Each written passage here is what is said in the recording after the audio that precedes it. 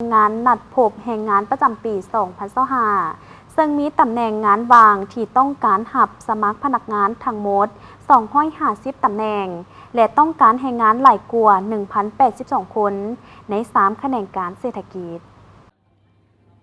กระทรวงแรงงานและสวัสดิการสังคมร่วมกับองค์การจัดตั้งสากลเพื่อการเคลื่อนย้ายถิ่นฐานประจำลาว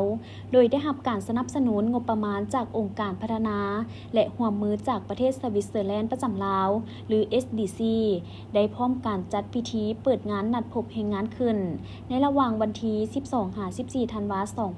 2025 ที่ศูนย์การค้าลาวไอเทคตึกใหม่สั้นหานครเมืองจันทร์โดยการเข้าร่วมของท่านนางแก้วจันทวิไส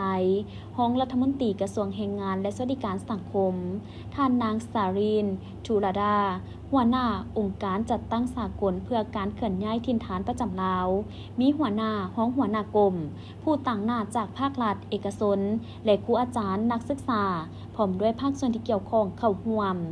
ในพิธีท่านนางแก้วจันทวิไสได้มีคำเห็นว่าการจัดงานครั้งนี้แม่นเพื่อสร้างโอกาสให้ผู้ว่างงานเข้าถึงการบริการจัดหางานภายในรวมมีการขึ้นทะเบียนซอกเวียกการให้คำปรึกษาแนะนำตำแหน่งงานว่างและโอกาสการถึกจ้างงานพร้อมเดียวกันกับสร้างโอกาสให้ผู้ใช้แรงงานเข้าถึงการบริการจัดหางานภายในการขึ้นทะเบียนประกาศตำแหน่งงานว่างในระบบการบริการจัดหางานออนไลน์และบรรดาหัวหน่วยแรงงานที่มีความต้องการแรงงานสามารถเปิดรับสมัครงานกับที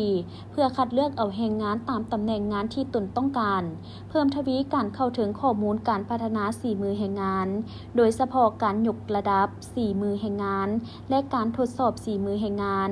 การจัดงานนัดพบแรงงานประจำปี 2025 ครั้งนี้แม้นมีภาครัฐหัวหน่วยแรงงานวิสาหกิจบริการจัดหางานและองค์การจัดตั้งต่างๆมีส่วนร่วมในการตั้งบูธทั้งหมด 54 บูธเพื่อให้บริการขึ้นทะเบียนซอกเวียกเฮ็ดงานทำให้คำปรึกษาสัมภาษณ์และรับเอาแรงงานอยู่กับทีซึ่งมีหลายกว่า 250 ตำแหน่งงานว่างและมีความต้องการแรงงานหลายกว่า 1,082 คนและคาดว่าจะสามารถสัมภาษณ์บรรจุเข้าเฮ็ดเวียกได้อย่างต่ำ200 กว่าคนนอกนี้ในระยะเวลา 3 วันของงานนัดพบแรงงานยังมีกิจกรรมแนะนำเทคนิคการซอกเวียกและสมัครงานให้แก่นักเรียนเกี่ยมจบและจบใหม่และให้คำปรึกษาเกี่ยวกับการไปเฮ็ดเวียกอยู่ต่างประเทศแบบปลอดภัยซึ่งคาดว่าจะมีผู้เข้าร่วมงานทั้งหมด500 คน